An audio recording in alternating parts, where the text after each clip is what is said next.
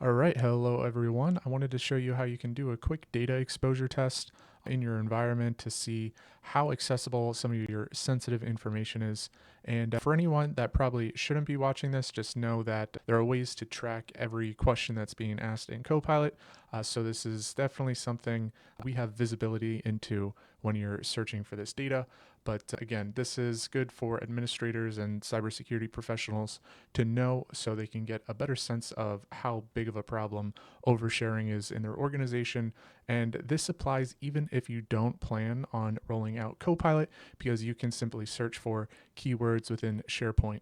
So I'll show you what I mean. So the first thing you want to do is set up a test account that simulates a standard user within your organization and give them a Copilot license if you plan on rolling out Copilot. Even if you don't, it's good to get an idea of what data is returned because you may end up rolling this out in the future. So it's good to tighten things up while you're looking at it.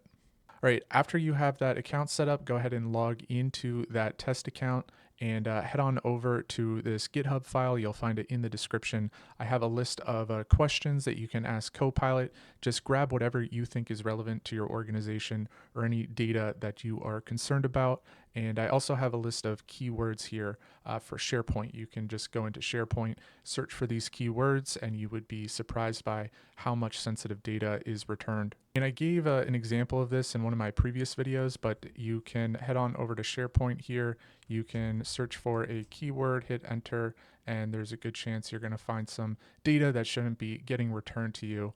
And after you find this data, you can lock the permissions down on these files, or you can lock down the visibility settings on the SharePoint site. And the same really applies to Copilot. Just reference some of the questions that I have in that GitHub file and ask Copilot and see what you get returned. All right, and that's really it. There are a few different ways you can gauge how big of a problem this is.